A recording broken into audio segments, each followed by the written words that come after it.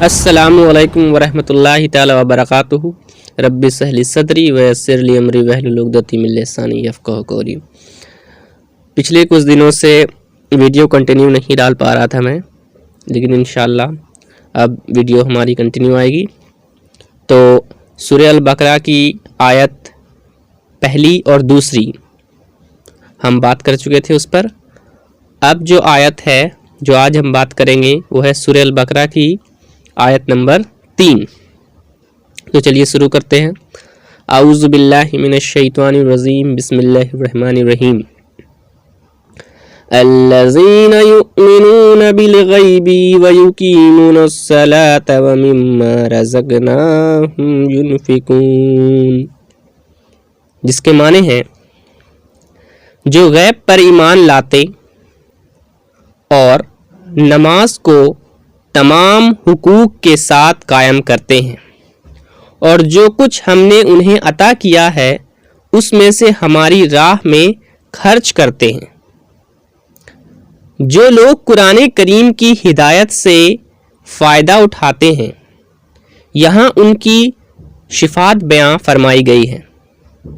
ان میں سب سے پہلی صفات تو یہ ہے کہ وہ غیب یا اندیکھی چیزوں پر ایمان لاتے ہیں۔ غیب کا جو معنی ہے وہ ہے اندیکھی چیزوں پر ایمان لانا، جو میں نے پچھلی ویڈیو میں بھی کور کیا تھا، جس کی تفصیل پیچھے گزر چکی ہے۔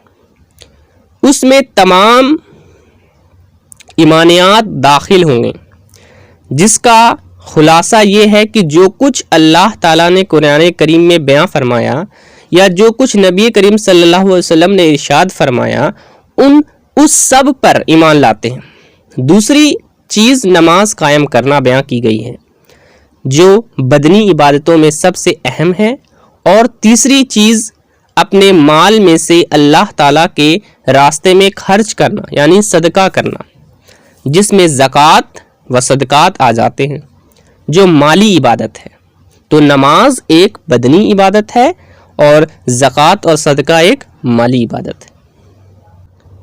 تو اگلی آیات کو بھی آج ہی کور کر لیتے ہیں، کیونکہ پچھلے کچھ دنوں سے میری ویڈیو نہیں آ پا رہی تھی۔ تو چلیے اگلی آیات پہ چلتے ہیں، سورہ البقرہ کی آیت نمبر 4۔ وَالَّذِينَ يُؤْمِنُونَ بِمَا أُنزِلَ إِلَيْكَ وَمَا أُنزِلَ مِن قَبْلِكَ وَبِالْآخِرَةِ هُمْ يُوقِنُونَ،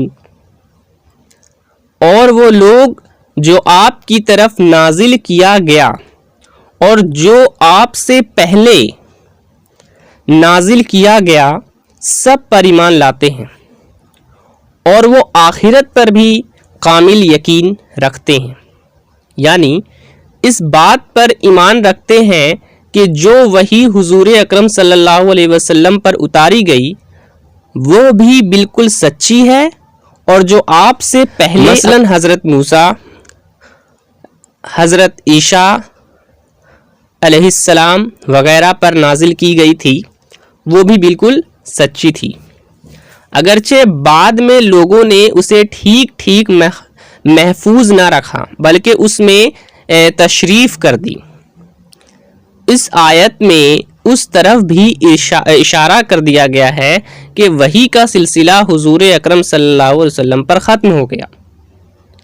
آپ صلی اللہ علیہ وسلم کے بعد کوئی ایسا شخص پیدا نہیں ہوگا جس پر وحی آئے یا اسے پیغمبر بنایا جائے، کیونکہ یہاں اللہ تعالیٰ نے صرف حضرت محمد صلی اللہ علیہ وسلم پر نازل ہونے والی وحی اور آپ سے پہلے انبیاء صلاۃ والسلام پر نازل ہونے والی وحی کا ذکر فرمایا ہے۔ آپ کے بعد کی کسی وحی کا ذکر نہیں فرمایا۔ اگر آپ کے بعد بھی کوئی نیا پیغمبر آنے والا ہوتا، اس کی وحی پر ایمان لانا ضروری ہوتا، اس کو بھی یہاں بیان فرمایا جاتا، جیسا کہ پچھلے پیغمبروں سے یہ عہد لیا گیا تھا کہ آپ حضرات کے بعد حضور نبی کریم صلی اللہ علیہ وسلم تشریف لانے والے ہیں، آپ کو ان پر بھی ایمان رکھنا ہوگا۔ دیکھیں قرآن کریم سورۃ ال عمران کی آیت نمبر 81، جہاں پر یہ بات کہی گئی ہے۔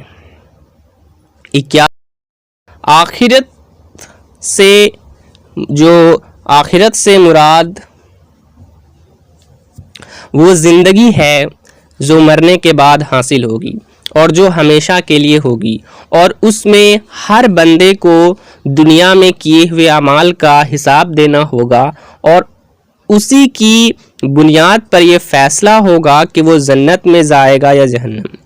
اگرچہ یہ آخرت بھی غیب یعنی اندیکھی چیزوں میں شامل ہے جس پر ایمان لانے کا ذکر سب سے پہلے کیا گیا تھا، لیکن آخر میں اسے علیحدہ کر کے خصوصی اہمیت کے ساتھ ذکر کیا گیا ہے۔ شاید اس کی وجہ یہ ہے کہ آخرت کا عقیدہ ہی در حقیقت انسان کی سوچ اور اس کی